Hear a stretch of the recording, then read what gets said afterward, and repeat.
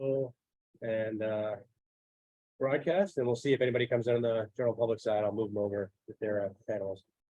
I mean, I have to leave at 4:15, so can you send me the link to the recording for the? Oh, will do. Just Yeah. the last couple minutes. Yeah. All right, am I seeing correctly? There is no one from the public right now here. Correct.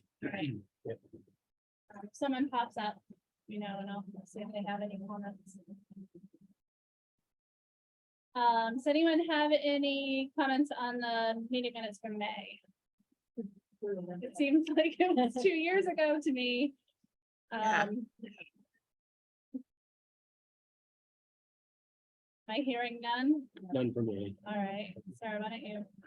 Post this with them? You're approved. Membership update. Brett had sent out an email several weeks ago, so I hope everyone saw it, that he's stepped down from the committee. He's actually moved out of town. And so I've been thinking about who else or we might need going forward in terms of volunteers. And for me personally, I've been thinking, it's the not the marketing, but public relations end of things, I think would be super helpful, and also writers for any website content. But if anyone has any ideas of people or other skills that we need, it would be really helpful when I talk to folks and reach out to the mayor's office. How much of the back end or sort of technical familiarity did he have with because it's a story maps piece, right? So if we need somebody, or we're looking for maybe somebody or an assistant for somebody who can help us with, is a little bit more familiar with web design or something like that. Well, since we're using the story map, it's It's very, template driven, right? it's very template driven, and it's managed by NBPC. Okay. So we just paid them $100. Okay. So it's not a big one from a technical perspective for that person with their. We wanted to send somebody to the training to be able to edit the resiliency page when volunteers are able to do that. It hasn't been opened up, and Brett was the person that's gonna go. Okay. So we would need somebody to take over that with. So you've been doing some of the story map. I know how to do the Would story you- map.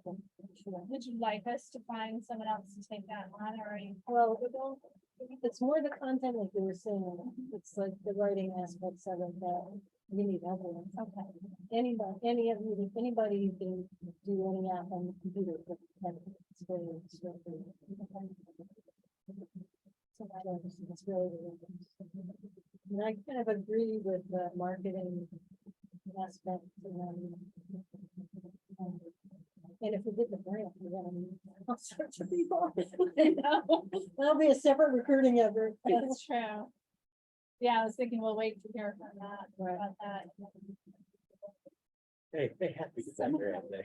Marketing no news is good news. I think maybe last year we heard we didn't get a finance. So Oh, I think we did. We heard it July. didn't we? we did. All right, so I hope we don't hear anything. Yeah. What's the other? They probably tell you if you don't get it, then everybody gets it. Just told it once, so it can be a big marketing thing. All right.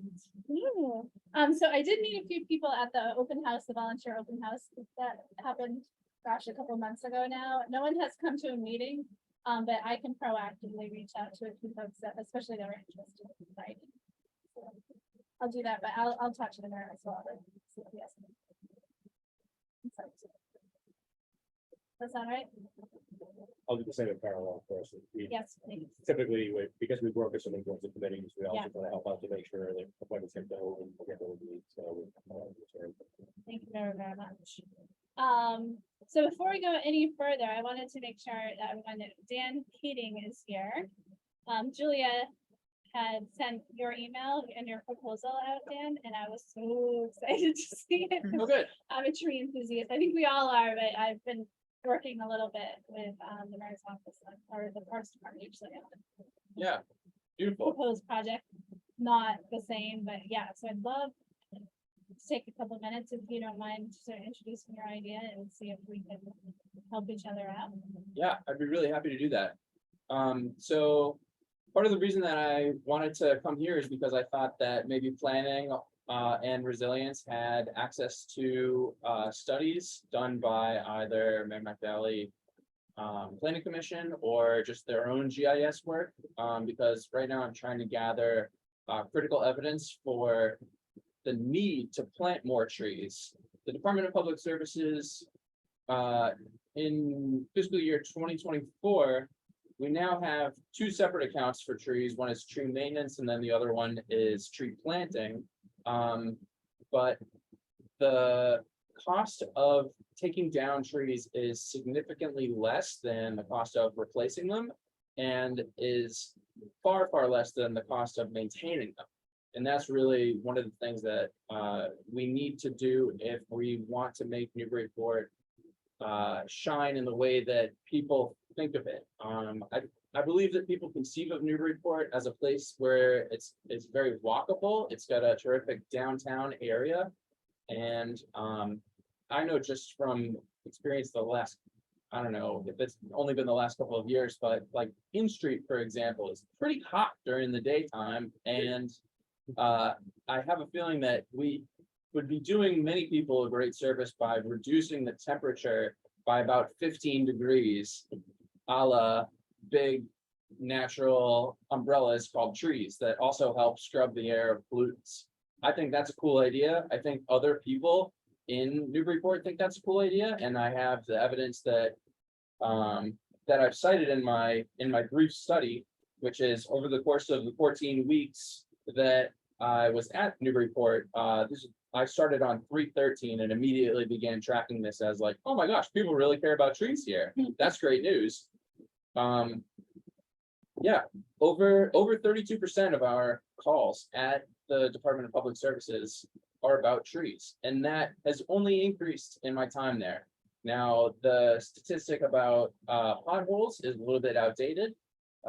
We've got more than 9 calls about potholes since I wrote this original study, but it still remains pretty fractional compared to all of the calls that we get about trees. And so the way that I conceive this study working is, first we're in the proposal phase. And so in the proposal phase, there's the sort of like inception of the idea. And now I'm gathering evidence for it. But once we've gathered enough evidence where we can actually make a case for it, there is a difficulty in administrating this this proposal, because we need to figure out a way to get the money to come from people who are voluntarily contributing that money into the city's accounts. And so that's where things get a little bit tricky, because as it is currently, I believe every single donation needs to go in front of city council. And when you're doing amounts of $1 and $5 over the course of 14,000 different accounts, I'm sure they're going to get sick of it. So we need to figure out a way to actually create some sort of legal structure where we can funnel these donations into the Newburyport budget in a productive way. So that's why I've conceived of it in 2 different phases. If you could scroll to the last page. Right now, the Tree Commission is they have a donation account called Friends of Newburyport Trees, where people can go and donate to Friends of Newburyport Trees. And in doing so, you can get all sorts of there are different tiers that they lay out on the Friends of Newburyport Trees and on the font.org website. And there's no option that's like $15 or less. And that's like that's a barrier for, like, if a kid gets his allowance and he's like, you know what, I really like a tree, I'm gonna give these guys $1 of my allowance. There's no way that they can do that currently. Like, sure that there's you can do anything from 0 to infinity, but there's no like button that just makes it really easy. And so the way that I'm thinking of launching this is trying to figure out a way where we can put a QR code on the water and sewer bill of all of our commercial and residential accounts. So when they get their bill in the mail, they can scan their QR code with their telephone, and it'll bring them right to the Friends of Newburyport Trees payment portal. They can click donate $1 or donate $5 or something like that, and that'll just be phase 1. And then so once we've managed to hopefully accrue some donations through that, we can demonstrate the efficacy and roll into phase 2, where we actually meet with people like Ethan and say, hey, how can we make this more productive? So we don't have to go through this third party, so that we don't just have to go through FONT. And that's when it will truly shift from dollar for trees to dollar for green infrastructure, which I know is what the Resilience Committee cares a lot about. Because eventually we're going to run out of places to put new trees. There's only so many places where we can put these trees. And so eventually we're going to have to shift, these donations over to other sort of like remeadowing or like pollinator gardens or something like that, something along those lines. But yeah, that's more or less how I've conceived of this. And if anybody has any questions, I'm really happy to answer those. If you feel like I've skipped anything that you were curious about. I just had two thoughts, and I'm not the expert in trees. I am fully in support of, any efforts to replace trees. I would just add a couple of things that come to mind. One is, Council Preston, who's here, Connie has worked with the tree commission and then, on some of these issues, so she may have thoughts on this, obviously. And she has her hand raised. I was involved several years back when Mayor Holliday asked me to work with the Tree Commission of Public Services on a tree commission ordinance. So there might be some, there's always that constant question or dynamic about what's working, what's not, how do we improve it? In terms of the committee's process or Department of Public Services. And but I know one routine issue that always comes up, and I've seen periodically, is when there's tree removals, just the fact that's always been pointed out over the years. Periodically, the fact that we're not necessarily replacing as many, in the budget in one way or another, however we do it, replacing trees while we're also being asked, periodically to remove trees. So I think that's important for us to continue on that, just like you said at the beginning. The other thing I would that comes to mind is with the city council, I would suggest, because there is that process, like you said, for acceptance of grants or donations, to just stick with, I would suggest, based on what I've seen today, we doing whatever process you're doing to collect, to do that, and then maybe packaging it all together in one bigger number, option for the council, so it could be sent to committee over a month or two, come back, and they don't have to deal with that small fine grained detail, but you basically package all those donations, and there'd be one order of acceptance attached to whatever that listing is. Might be the most efficient way to go, and you just have to think about scheduling so you can line it all up and it actually becomes useful at the time you need it, just because, like you said, it isn't realistic to go in with each one $5 donation and do all that. That's not realistic amount of process. So maybe it's packaged. And the other last thing I was going to say, that in terms of donations and however that's done, I don't have any horse in the race, but in terms of the number of platforms, there's been, discussion with years about how many platforms we use for, payment of things and whatnot. So I don't know whether there's any benefit in using the OpenGo permitting portal we're using, because it could be used for multiple forms of application links. Okay. So I don't know whether that would be any use, just given it's a city resource, doesn't require any additional cost to the city. If you wanted to migrate over to that, it could be, I think, a simple thing where someone just, clicks through to, donate or whatever. But we can talk about pros and cons of using that platform versus something else. But those are just immediately things that come to mind based on what you said, which I'm fully support on. So. Nice. Connie? Yeah, hi, thank you. So I have a million comments and thoughts. But I missed the introductions. So I'm sorry, I think your name is Dan. Yep. Dan, how did this start? Like, where did this whole process start from? Dan, you didn't tell us where you were. Oh, sorry. Where you're coming from. Yeah, so I work at the Department of Public Services in Newburyport. And I am a temporary highway administrator. I was hired in March when there was a sort of consolidation of parks underneath the Department of Public Services. And so part and parcel of being in the highway position is you have the budgets of all the different accounts, and included within those budgets is the budget for tree removal and tree maintenance and stuff like that. Okay. So yeah. All right. Well, let me just start by saying welcome.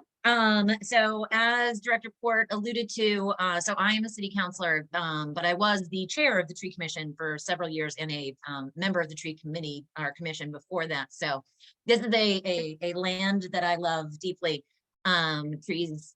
I am a tree hugger if there ever was one.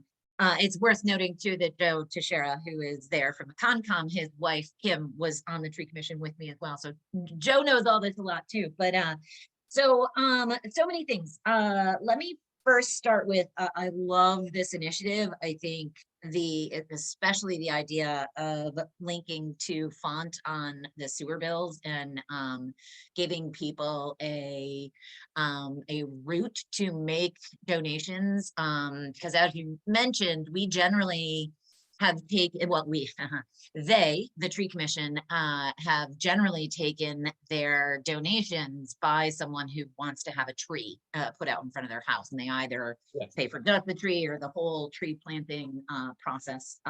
Which is, for those who may be curious, you essentially pay for either you give font $250 to pay for the tree itself, or $650 to pay for the tree and the planting and the maintenance of it. And so we really haven't had donations of $1, $2, $5, $10. And I think, that would be a fantastic thing to initiate. So font in the onerous council process for donations, I couldn't agree more, that, we as a council have gone out of our way to make it as difficult as possible for people to donate money to the city for various reasons. But one of the really wonderful things that have worked with font, which again is Friends of Newburyport Trees, one, it is a 501c3, so it gives people who donate the option to have a tax write-off. If they donate directly to the city, they can't do that. And the way that Chris Miller, who runs Font and was the chair of the tree commission prior to me, the way that they have traditionally been doing it is, they collect donations for a period of time until they have a, large enough sum to bring it through council. It's generally been somewhere in the $5,000 to $10,000 range.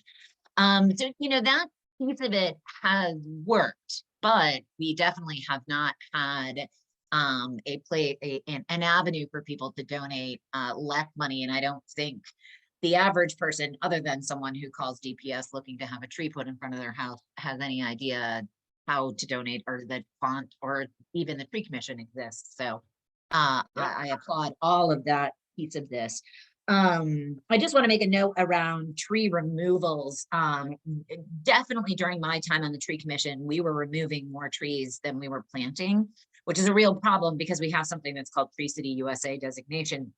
And one of the principles of that is you have to plant as many trees as you remove. There's various reasons that is. Frankly, I think previous DPS leadership, and I'm not pointing at Tony Punari, but I think even, some people just weren't paying as much attention to trees, and trees that should have been removed were not being removed for a number of years. And so the city found itself in a place where we were playing catch up to get the trees down that should be down. We are at a much better place now where we're either steady state or actually planting more trees than we're taking down, which is a very good thing. But having said that, there are still a lot of particularly Norway maples across the city that are aging out. They were all planted around the same time. They're aging out together, and it creates a great deal of heartburn with residents in particular, that when they see their massive tree coming down in front of their house and find out they're gonna, even if it can be replanted, they're gonna get a 10-foot tree there. So it creates a lot of sort of issues with the city. Stump removals, I noticed here, just to make one note, we did, God bless us, finally, the council approved the purchase of a stump grinder. We have been farming that out to vendors for years, and it's not been the easiest process to get that done. So we did finally approve a stump grinder, which is going to be purchased. So at least that stump grinding piece won't be such a problem and speed bump in the process, I guess is the best way to say it. And then lastly is Andy brought up the tree ordinance. So I actually had started an initiative with Jamie Tuckalo before he left, with redlining the tree ordinance. I think it is very high time for us to take a very hard look at the tree ordinance. I have spoken to Wayne about this as well. Wayne, of course, was the tree warden when he was here before he left, and now he's back. But so I know Wayne from a previous life as the tree commission and the tree warden. But I do think there's a lot that we could shore up in terms of the ordinance, and it is mostly around, sort of the operational structure of the street commission, how it interacts with DPF, how decisions get made. So if that were to get initiated again, I have taken a solid stab. I still have those red lines somewhere in the world. So if we want to do that, make sure to reach out to me. But otherwise, just thank you so much. I so applaud this effort. I'm thrilled to see it. Thanks, Connie. Thank you. Julia, I see your hand up. Oh, yes. Can you guys hear me? Yeah. Okay, great. I just wanted to say again, also, Daniel, this is such a fantastic idea. I loved seeing your proposal. I love everything about it. It'd be great to see how it fits in with city operations and all that. One of the things I wanted to say was what Andy mentioned, which is that our OpenGov system already accepts payments from people from outside. And I was just thinking it could be something we could add into this, something where applicants who are already submitting a fee for a permit application, a building, whatever, building Yeah. permit, whatever, they could just click on something, have it be like, do you want to add, how sometimes when you're ordering something online, it asks you to do that. It's really easy. Maybe we could just add the dollar there.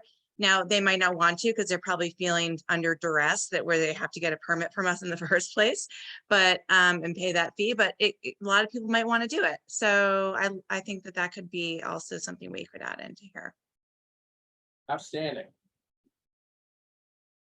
Thanks, Joanne. Sarah, did you have one? Couple, one is a question, so how much does font currently, well, I don't care about the dollar amount, but does the dollar amount that's coming in through the Friends of Newburyport trees come anywhere close to what's needed currently, or is it, orders of magnitude off from how much money do you need to raise? That's what I have come here to try and figure out. That's why I want those studies. I see. Yeah, because I'm trying to build out in this proposal a map, multiple maps. Okay, Would you mind scrolling up on the document just a little bit? To, these Right. proposal needs, perfect. right, So I'm trying to build this kind of map where I can figure out areas of high housing density, areas of high vulnerable populations, high traffic incidents, high vehicle traffic, and especially high pedestrian traffic, like to and from points of interest, because I know that it's possible that there may still be like safe walks to school money lying around somewhere. Thank you. So by having the access to this material, what it does is it opens up more grants, I believe, for us to sort of tap into so that we can bolster this effort. And whether they're matching grants or non-matching grants, it doesn't necessarily matter because it's more money for green infrastructure, which is really the goal here. right. So what about our tree map that exists? Yeah, I was wondering, are you aware MDPC has the data layer on my map of the tree in Newbury? Yes, Is that You're where you're? right. I am aware of it. I don't currently have access to it. Oh, yeah, you do. yeah. We have access to it. Oh, rock on. Well, yeah, that's one of the things that would be really helpful. One of my friends is a GIS whiz. He's a Well, that's- professional geographer, and I fully intend on sort of like showing him what we've got and saying like, hey, make something useful out of this spaghetti. So that's on the MVP site. Yeah, it's a Yeah. data layer. One thing I would say that just from my experience anyway is, one thing you'll want to assess to some degree is just verifying, sort of generically the accuracy, Yeah. and to the extent that we could take that same data layer and if it's being updated here, to make sure that it also gets updated on the other end where it's uploaded so that we all, when we're looking at MindMap, are actually looking at the most recent version. That's a constant issue we have with data layers in general, but I'd love to make sure that layer is always up to date and love the idea of, like you said, using the existing layer that's been created.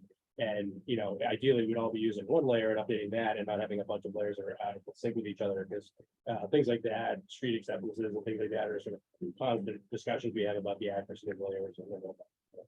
So the second one that came to mind when I read this was your heat map idea.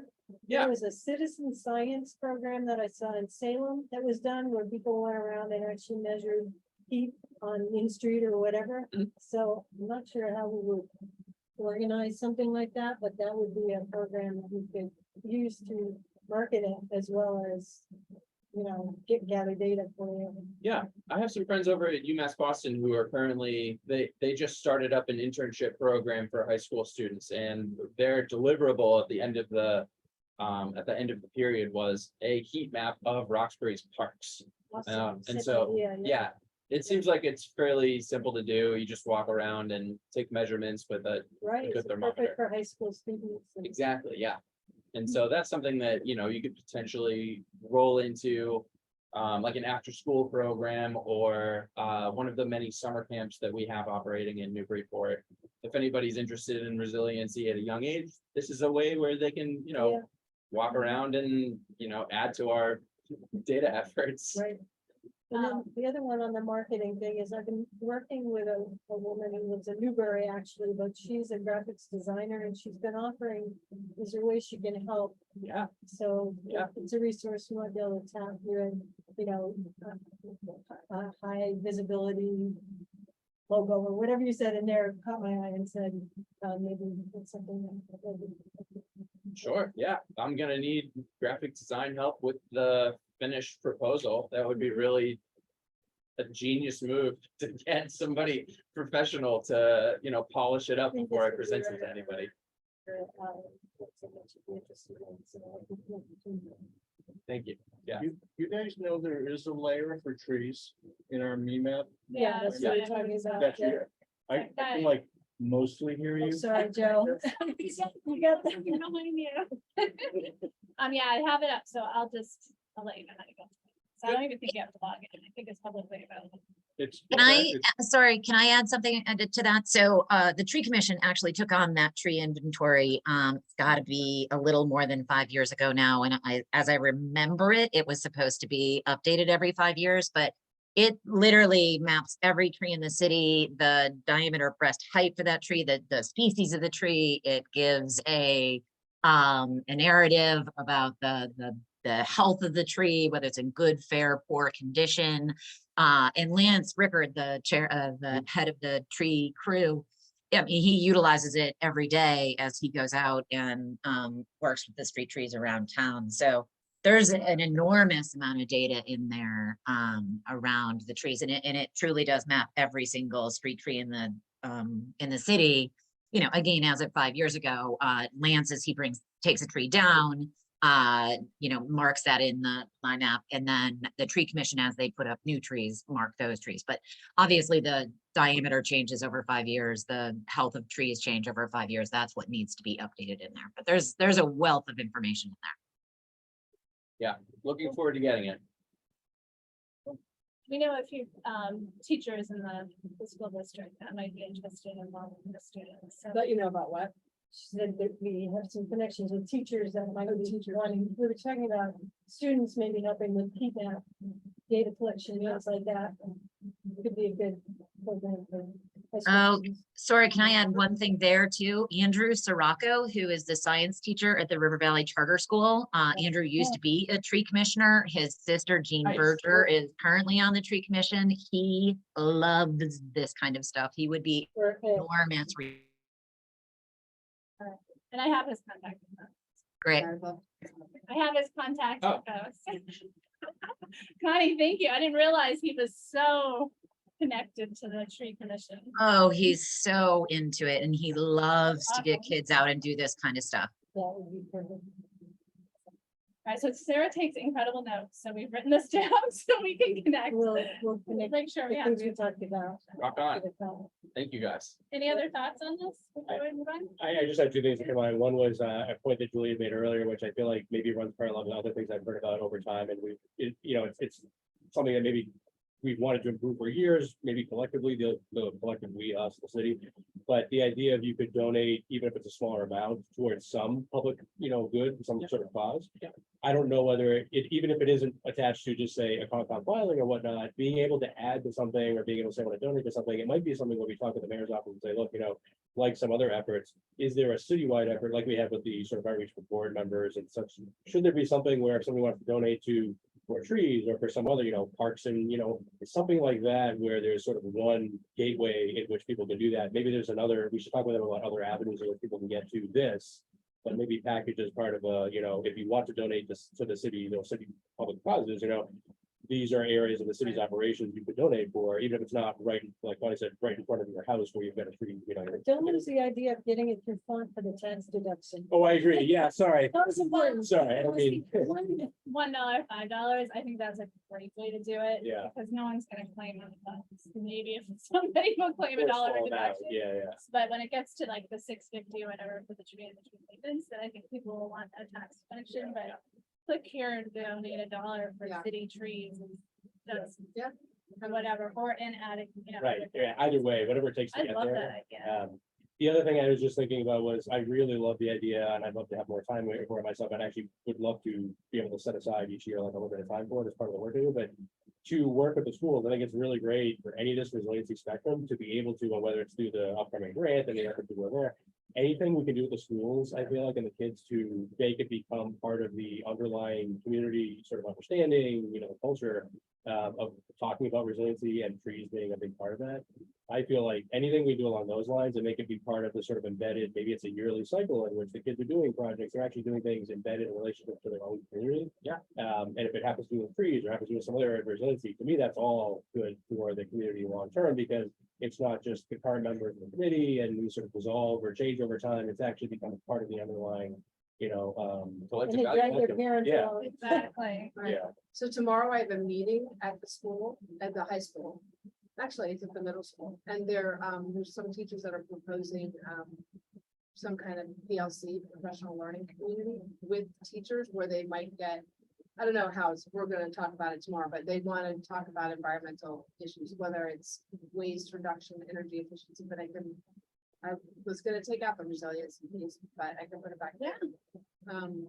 And just say, this is what we're doing now and what we have done in the past. There's a lot that we've done with the schools, but we need to add this. Yeah. apparently. And I don't know how it all gets set up, because every year that's one of the things that we're talking about is every year, things change. And you get going and you have this great momentum, whatever it is, if it's waste or energy efficiency programming in the school. And then the next year, you have to start all over again. And it's really frustrating. So green team sort of satisfies that on the waste side. But I don't know, maybe there needs to be other things that are set up, but I'll mention it to the group tomorrow. Yeah, urban And see- heat island effect and Yeah. tree, like, Trees, trees. Comes from that thing. the River Valley is really good. Yeah, that'd be awesome. Like, Yeah, and I'll admit who it is. I mean, you need to have a point person at each school, in my opinion, but that changes. Beautiful, Like it.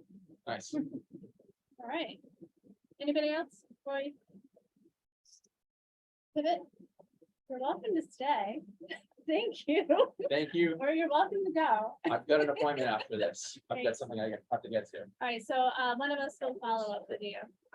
Thanks so much, look forward to Daniel. seeing you. Awesome initiative. Thank you. My pleasure. Thank you guys so Thanks, much. Daniel. All right, Daniel, thank you. No. All right, committee update. Sarah, why don't we, 'cause I know you have to leave early. You want to talk about the Sure. storm surge? proposal? Yeah.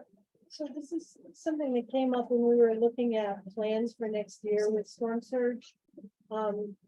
So in addition to the speaker series that you guys are familiar with, this is sort of a different idea. And Andrew, I sent him out, but Andrew has a few pictures. So this picture is something that was done in Gloucester, mural on the side of an old warehouse that shows the water levels going into the future. And this kind of sparked the idea of doing something simpler but similar here. And so the next picture, this is the Cashman Park Public launch. public launch at a spring high tide. So you can see the water's pretty high, but there's still quite a bit of room left on those posts. Yeah. So I was hoping that we could do something, if you can go to the next picture, similar here. This is done in Boston. Where pretty simple, but they've got the Yeah. lines for each 2030, 50 and 70.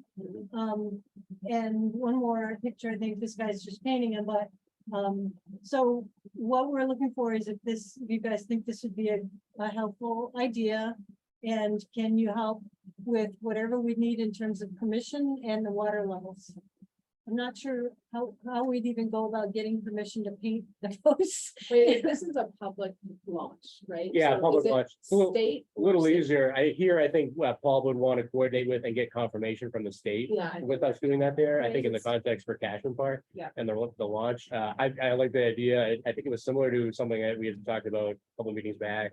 It was like an art installation, but some kind of similar, Yes, just then, you know, Yeah, but this is more Yeah. achievable in the short term. right, right. You do that, Right, yeah. So, and I love the idea either way. I feel like in some way, if there are lines or whatever's out there, at least it has to come with some sort of, obviously, some sort of, interpretation of, Yeah, well, that's the other question, an interpretive sign would obviously be more money and another level of approval.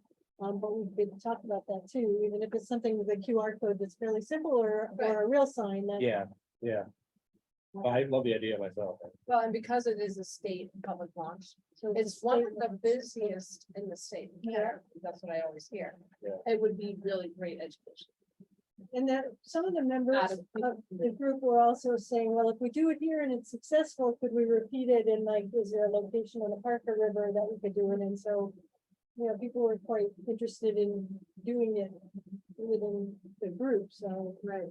um, Yeah. So it's a state thing. You guys Yeah. could help figure out contact. I'm happy to, if you want to follow me afterwards, I'm happy to help coordinate, but we Oh. want to follow up with first with Paul Hug and Okay. then take it from there with his contact with the state, Okay, Yeah. just to make Yeah, sure. so I would talk to him about it. You Okay. mentioned that you met with Yeah. us okay, at a meeting. And this is what you want to do. And I think if you wrote the email for him Yeah. to the state, okay, then you can just send it out. Yeah. I It think will happen quicker that way. most efficient if you're able to package in a way where he can Yes. largely pass on Yeah. exactly what you've given. would be okay, great. that's easy. Yeah.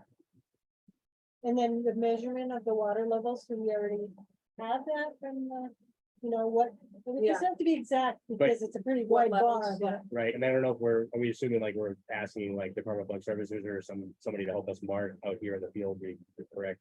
Well, Maybe is that We what need you're, to know where it is. Well, we I need guess to know we- where, yeah, so we he's need to gonna know. wanna know where.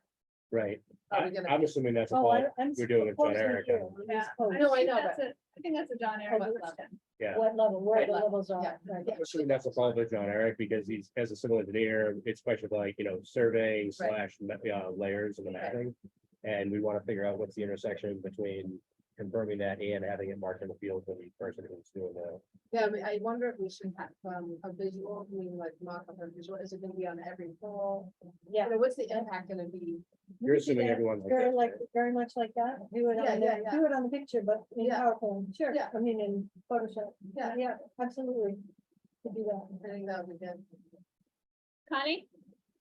I see your hand. Yeah, thanks. I just had a question around, I would have guessed that the city owned that and not state. Is it DCR?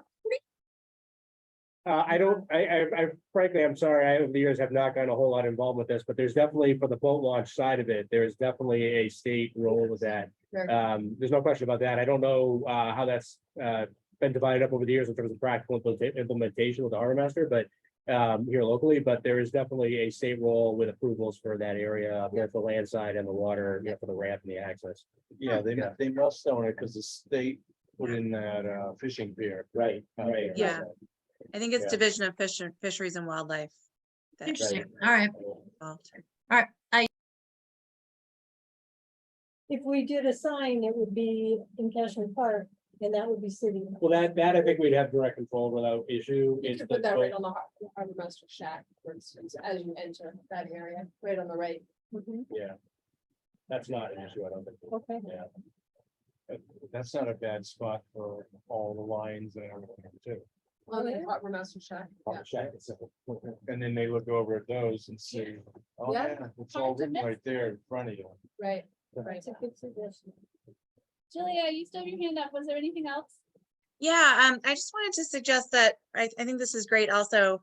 If for some reason, Division of Marine Fisheries doesn't want it, or people sort of object to the aesthetics in this location, which I think, those colors are pretty bland, I think it could be great. But if it doesn't work here, or maybe even a second location could be similar to the picture that you showed of where they have it in Boston, I think, could be sort of along the central waterfront bulkhead, where boats pull up to the docks, just like this. Yeah. So that really all the boaters coming in as tourists and whatever, even just docking for the day, couldn't see it as well. Yeah. That's true. And then that one, Yeah, but you can't see it from the shore, so. when Yeah. you work with the- right. That's what the embayments for. Right, Right. right. Was Yeah, You see on should the do it. angle, this is hard to people walk, right? walking around there, it's gonna be right in front of them. Yeah. Okay. So I think this partly goes to, and this, you can't see it well in this photograph of the scale, but are we able to put any kind of indicator on there? Where's the signage go? Like how clear is it, the message we're giving to people as they're Right. quickly walking around the boardwalk and maybe not pausing very long to Right, get the message across and, working out some sort of marking that doesn't feel like, from Paul's perspective, doesn't feel like it's conflicting with any kind of, confusion it might cause with voters. But I definitely love the idea of, like Julia says, because I feel like we get a lot of pedestrians there and like this is the central embayment, yeah, right there. yeah, there was a company that was offering plastic, kits that had the dates, And you just, and you just set that up. Yeah. Oh, right. That's what I was Yeah. thinking, maybe something like that, or a stencil, where you can spray paint Right. 20, 30, Right, whatever. right. You could do like So- every fourth, post or something, you could paint the date on it, dates on them. I like the stencil idea because it's really uniform, and the other thing is, Right. with the wrapping look of a the little- fiberglass panels, it would be, you could have a stencil that goes on each one, could be very clear about this, the spacing and the alignment, it could look exactly the same on each, Right. Cool. Okay, So I think you Great have our idea. support. excellent, good. We'll follow up. Let us know if you need anything else. That work wouldn't be done until next spring anyway, so you're really talking about next year for installing, painting. and everything. Fall, but that might be I know. aggressive. Well, I'm just letting you know because this bulkhead work won't be done until the Bulkhead work. winter, so, yeah, so you wouldn't really have it until next Ashland year. Parkway. Cashman could be sooner, yeah. I like your optimism. Or we could just do it. Yeah, I know, you went all the way. I don't know who did it. Graffiti. All right, anything else on that? Environmental graffiti. Don't want it to go. No. No, of course not. I think Sarah. For the MyMap floodplain mapping, oh my gosh, I have been missing in action for a while now. So I did reach out to Gloucester. Gloucester has gotten back to us. We're still waiting for a conversation with Gloucester. About what? Are we trying to schedule a Zoom or something? With or- them, We yeah. are, okay. Just about how they've been dealing with their new floodplain ordinance. Oh, oh, okay. And so that's part of the regulations for that I will around next week. As far as the sort of viewer end of that, or Yeah. the finalization of the quote layer that we're using, I know that was that was another area of discussion and debate we've had over. Well, Yeah, and I think we were waiting to hear learn more from them. See what they have to say. Yeah, we were gonna switch to Yeah. possibly the MC farm maps. Right, Which To them John doing what? Eric Sorry. was- we could, maybe we can shut it off now. It's a Oh, we little did, cooler. maybe turn it down. I can turn it. Yeah. Yeah. Right. you're welcome to set the power button if you want, whatever works. Well, That's that's even better. better. Yeah. Wow. Thank you, Joe. Less obnoxious. Yeah. Right, yeah. I know. So we had originally planned to use my map and, the data layers that in VPC Right. to denote the new floodplain Yeah. levels. And then MC from the states, you can explain it better than me, but the There's so many different State's sources model. right now. It's a state's model. This is one of those things where like there might be a better model coming out at some Right, point. right. But we'd like to have something we can roll out and point to consistently and feel like we're confident in representing to the public. And we've had some debate about which layer to use. Right. So, And this is the Woods Hole data that we've been waiting for, that's incorporated into this model. And Gloucester is using this. Gloucester is using it in a similar capacity that we have been thinking Oh. of. And they also have a questionnaire that we're thinking of for building permit or site plan review. So we're kind of in a holding pattern because And who does it at Gloucester? Is it someone on staff or MVPC? I Is believe Gloucester- it's coming out of their planning department, but I'm I not believe so sure. too, but I think that's what we're trying to confirm Yeah, some of the okay. details in the background, what pros and cons and experiences they've had. At least And now, we're thinking about both showing people, right, first off, but also then potentially using it for a Yeah. sort of regulatory purpose to say, in this area, we'd like more information from you as an applicant, or we'd like you to do, a better job in terms of resiliency in that, hazard zone or area. and with Brett gone, leaving, see less, he's gone. Is that a thing, as banking? I was gonna ask you about that. Cause I never really got a chance to, did he move? He has, I don't know if he's moved yet. but he's moving out of town to be closer to his grandkids. But yeah, so we're in a holding pattern there. I will. Right. we'll take flight If soon. Julie and I, could be helpful in terms of like, we could pick a time that works to like, host a Zoom meeting with them or Yeah. whatever works. So you might be able to. I had proposed to Greg, their planning director, was to get back to me with a couple times that work for him and then I Great. can coordinate, but Okay. I haven't heard back from him. And I haven't made that second phone Got it. call and yada, yada, yada. So sorry about that. I will do that. And then we'll schedule something. We should probably, soon. I think if we can, maybe phone on Eric, these two. maybe, Oh, If he's absolutely. available. Oh, yeah, yeah. There's a lot of school. I think that was the plan Yeah. and right. Right, yeah. Alrighty, so the NOAA's Climate Resilience Regional Challenge Grant Opportunity. I saw so many, a lot of emails flying around, just thinking about what we could do, and then John Eric was on a separate thread, working with Ty and Bond possibly on Right. ideas. And so he's not here, and Kristen, were you aware of this at all? Because it's it would be a regional proposal. Have you looked into that at all? Not to put you on the spot. Hi, everybody. Chris- I've been on a couple meetings this week where people have been talking about it. Most recently, the High Rivers Partnership, which is run out of Ipswich River Watershed Association, but Parker Ipswich Essex Rivers. But Hannah Mogensen from MVPC is also on that steering committee. So that group of people, including MVPC, which is why I was interested to, hear if you guys are also talking with MVPC or not. But yeah, there's a lot of interest and there were a lot of ideas kind of flying around yesterday with no clear consensus. But yeah, August is the letter of interest due, I think, and that's going to be on us very quickly. So I'm not really sure exactly where it's going. But Hannah, I think, as wearing her hat as coordinator of the 8 Towns and Great Marsh Committee, which all the coastal towns are a part of, seemed very interested. Yeah, that was the direction when I read it, I was like, oh my gosh, we need to involve a lot of folks from a lot of different places if we're gonna pull this off. And then the letter of interest is due August 21st. So I don't know. What do you think about next Very tight. steps on that? I haven't looked at, I think they have a template for the letter of interest, but I wasn't able to locate it in a cursory. Well, which route are we going? Are we going with the John Air needs or? I don't know, but John Eric had can we listed. go for both? Well, John Eric had listed 2 things, I think, the Artichoke Dam Yeah. and the sidewalls. But the way I'm reading this program, it's More. regional and there's an emphasis on green infrastructure, at least a hybrid between green and gray. Right.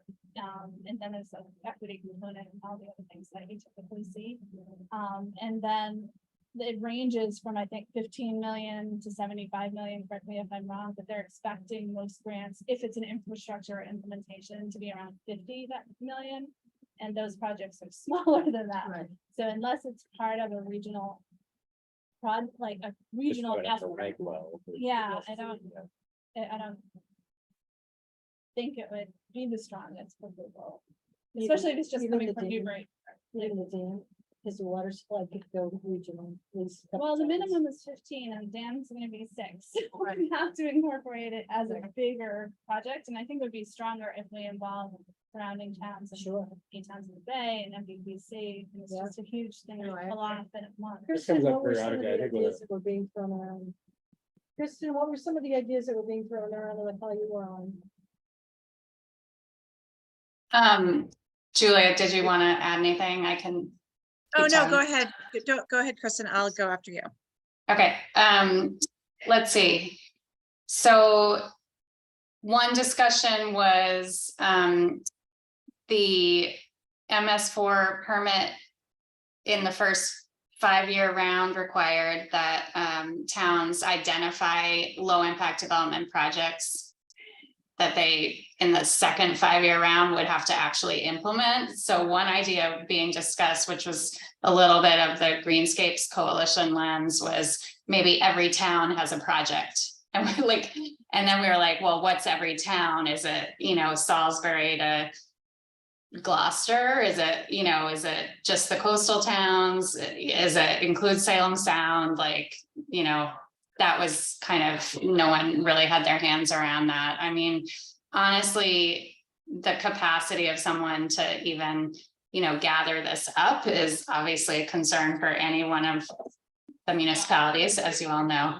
So I was, at least in my mind anyway, and I haven't spoken with other people in Newbury yet, so these are just my sort of fresh thoughts, is if MVPC and 8 Towns in the Great Marsh is interested, that might be, a pretty good match for the way I'm reading the grant requirements, to sort of look at each of those communities coming forward with something, because the 6 categories are pretty broad. I mean, it's all the way from direct land acquisition to, actual construction, and anywhere in between, regulatory stuff, zoning stuff. So.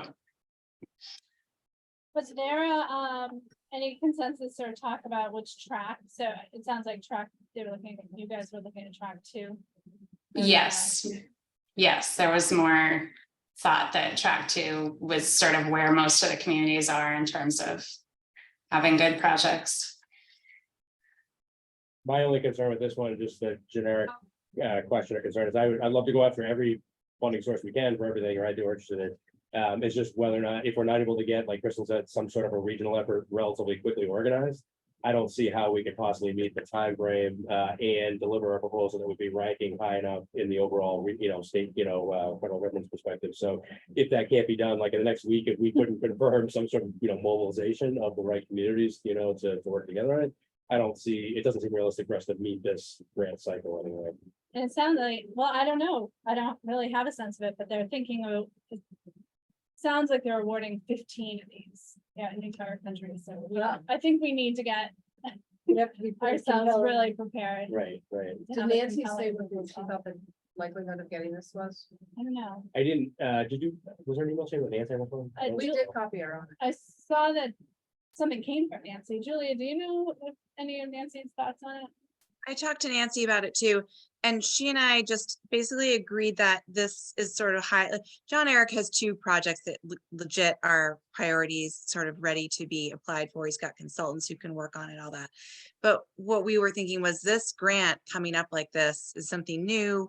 It's giving us this question mark, like, wait, are we sure we want to apply for one of these John Eric projects, or is there something else? And so where we were sort of sitting with it is that we don't know what the something else would be, and that highlights a problem, which is that we need to have a list of at least a couple more projects that aren't strictly infrastructure, that are resiliency priorities for us. We already applied for the MVP for the education thing, but would there be anything else when these grants come up that we could just like say, okay, now we're going to hit this one or hit the next one? So I guess what Nancy and I sort of came to the conclusion was we need to get back on track with our list of potential projects, resiliency projects, so that we can be a little bit more prepared when this kind of thing comes up. But for right now, likelihood that we could submit anything other than either the dam or the flood walls is, highly unlikely. Just in terms of a need that is regional and is coming up a lot, it seems like stormwater management with the rains in Vermont this past week. I've been seeing more seminars and stuff on stormwater management, and it's every community, and just the original data collection of where you've got issues, and we haven't done a lot with that. I mean, it seemed like there was a stormwater commission that met last year in terms of minutes, but isn't an ongoing regular thing, but it's an area where it's in the plan, but Yeah, don't and have then any we active have the projects. stormwater engineer, but is he still with the city? No, so unfortunately, he's leaving Yeah, the city now, right? He's left, technically speaking now, so. But we do have stormwater ordinance, and we do manage stormwater regularly with any project that Right. comes before the city, and we're constantly making stormwater improvements. So, I mean, I think if we had like a stormwater problem during all these rainstorms, if we were seeing an area, and we have because of a beaver dam here or there or something, if we were seeing major issues with our stormwater systems, then that would be something we should address. But I think for the most part, we haven't, have we? I mean, am I missing something? And we're not seeing the CSO type issues here. Unfortunately, we're getting into the Buck River, but it's not like Newburyport's generating them. But are we measuring things like runoff of lawn pollutants Oh. into the watershed and other stormwater things Yeah. that are more global that And will be worse in the future? Yeah. and impacts on the Great Marsh, so that could, Or that the would be a river. regional. Yeah. That's a multiple community thing, I think. Exactly. The problem is, could we mobilize to get something for this cycle? Probably not, but it is definitely a regional thing going into the. Great Where Lakes. every town should be measuring it Right, and right. planning for it in the Yeah. future, and there hasn't been a lot. Yep. But it would be, somebody would have to, Right, and coverage, stormwater management, pre-treatment, all that kind of stuff is relevant, for all the communities probably, right? exactly. But, so I don't know what we'll be able to do with this. That's kind of where the conversation about this low impact development requirement out of the MS4 is. Maybe every community, and Julia, what you were just saying really resonated with me, because you sort of realize certain projects are underway. We have the FLAP grant, we have, there's another big NOAA grant, we've got culvert stuff going, we've got dam stuff going, but it's like, maybe there's sort of a smaller thing, but bundling them all together across the region is an idea related that is similar to what you're talking about related to stormwater. Like maybe Newbury Elementary School has needs a rain garden, or just kind of smaller ones that are available, but nobody's, they're not John Eric's 1 and 2. They're, it's not Larkin Dam and whatever, it's something lower down. But just quickly, one of the other topics or ideas that was on the table, there were a couple, the two people who are co-president of Parker River Clean Water Association are part of this Pie River steering group. And there was discussion that the Ipswich watershed has a lot of water supply resiliency stuff going on. And I know you guys and Merrimack have, Merrimack water supply users have been doing a lot, but the Parker watershed hasn't had a lot of really, it hasn't, I guess, to a certain degree, it hasn't had a lot of in-depth work done recently to assess, from a scientific kind of point of view, what the water supply concerns are, long-term issues, ranging from the number of private wells that are, getting saltwater intrusion along the coast, and then inland, the number of wells that are ran dry over the last,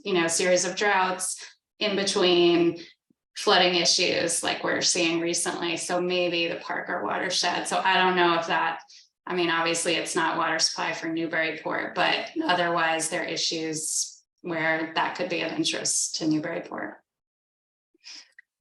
But that hasn't really taken further shape yet. So I guess most of what I'm saying is there's a lot of conversation going, but I haven't, I think it remains to be seen what might take some shape. Were there any definitive next steps that came out of that? Was MVPC part of that conversation, or is there a next step of contacting them? I would reach out to Hannah. The 8 Towns in the Great Marsh group doesn't have a meeting scheduled over the summer, so I don't know. That was my follow-up question to Hannah is, would it make sense to try to convene that group? The immediate takeaway was she was going to go back and talk to other folks at MVPC, and they were going to think a little bit more about their capacity to kind of be at least the driver of pulling stuff together. I don't know Hannah. Is Hannah? She's an environmental planner. at She's an NBPC. environmental. Okay. Is Peter Fippen still there? Is he still part of the 8 Towns in the Bay? He's like doing some contract work, but Hannah's essentially taken over that position. Okay, this all makes much more sense then. Thanks.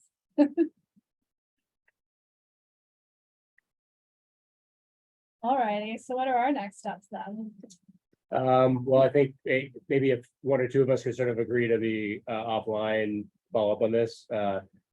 with the next couple of days, but right, if we could maybe figure out where we stand before Friday, just so we know going to next week, because if we can't, I mean, from my perspective, we can't scramble on another week to confirm that there's everybody wants to mobilize together. It probably won't line up timeline wise, so we'd have And it to, sounds like John Eric is going forward, right? Or no? Oh, I Doesn't know sound like Time his Bond, projects are big enough. expensive enough. Yeah. They Yeah. don't- I know Yeah, Time right. Bond was looking at, like, only reason why I know that is I saw it mentioned, like, Time Yeah. Bond's been Yes. looking at it, Yeah. but I don't. Boy, they, great. I know. They're regional. That would be really big, but I don't know if anything came of Right. that. It sounded like. it was- Is he back on Monday? Does anybody know? It's The not- 27th? He as said, far as I know, yeah. he said it in his mail. All right, okay. Julia, do you know Hannah? Does anybody know Hannah other than, I know Kristen? knows I her, had do you know? very short Yeah. involvement looking at the space plan update we did. Yeah, we know Hannah, and she helped us with the hazard mitigation plan as well. Okay, that was her. I think we're happy to sort of reach out and join a sort of email chain with her to figure out where we are, call her, wherever it takes in between, but. We would want to coordinate with you, Kristen, right? Because you've already had. Right, some discussion you and Julie have already had, so. Yeah, I mean, I'm happy to follow up with her just today and copy whoever of you and just say, hey, Hannah, like, I just sat Okay. in with Newburyport and can you let Okay. us know where things are? That's helpful.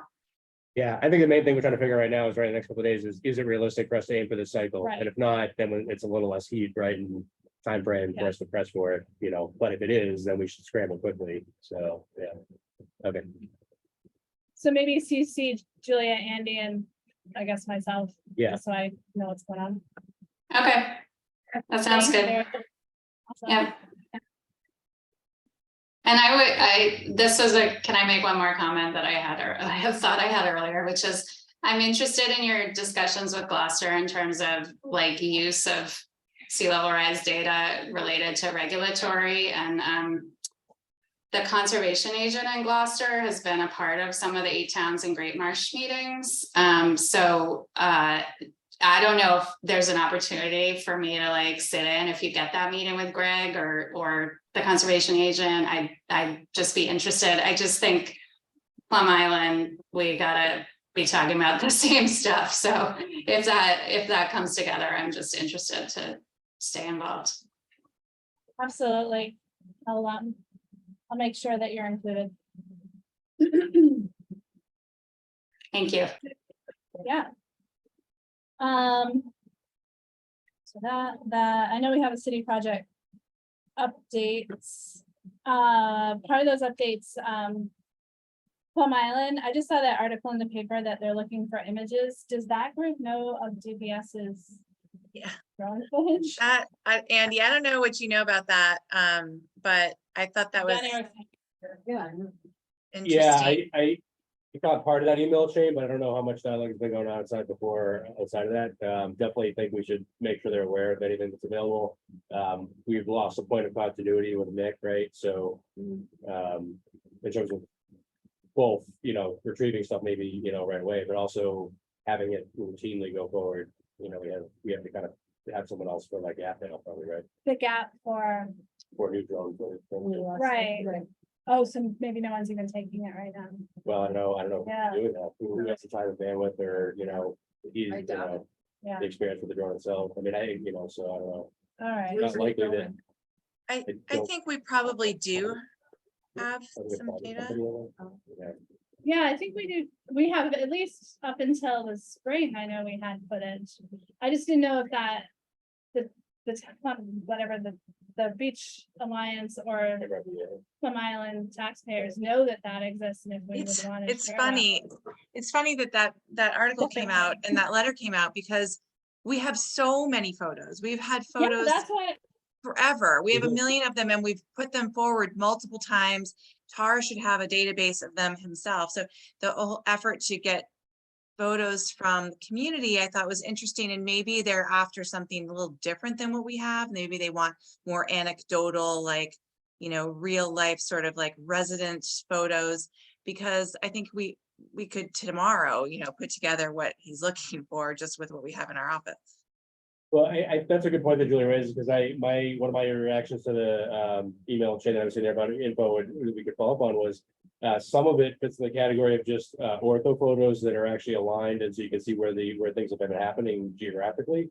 And then some of them are like Julia was saying, I was assuming that some of what they were reaching out for here was actually that anecdotal sort of ground level photograph that shows where the general public and the constituents have been running into this and seeing this problem, so to speak, at the ground level. I was assuming they were actually looking for more of that now, because hopefully, like Julia said, they already have some of that information, and we do have a central repository. We're all sharing the same, imagery from an ortho perspective, because that's key for showing, where things are happening, distance wise, the shorelines. All right, well, that one makes sense.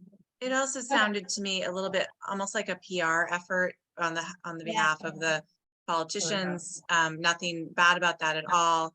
But we weren't sort of contacted. Nobody asked if we had the photos before they went out and made that sort of public thing. So I felt like it was a PR piece a little bit. Okay. All right. Any city So project, Are we gonna check with them just? I'll check with, I'll follow up with John Eric just to make sure, or get a status on the drone update or the drone footage. Just to see if it's still happening. Yeah, I think we need to figure out, I suspect, and just realistically, there's probably a gap there because they don't have, Yeah.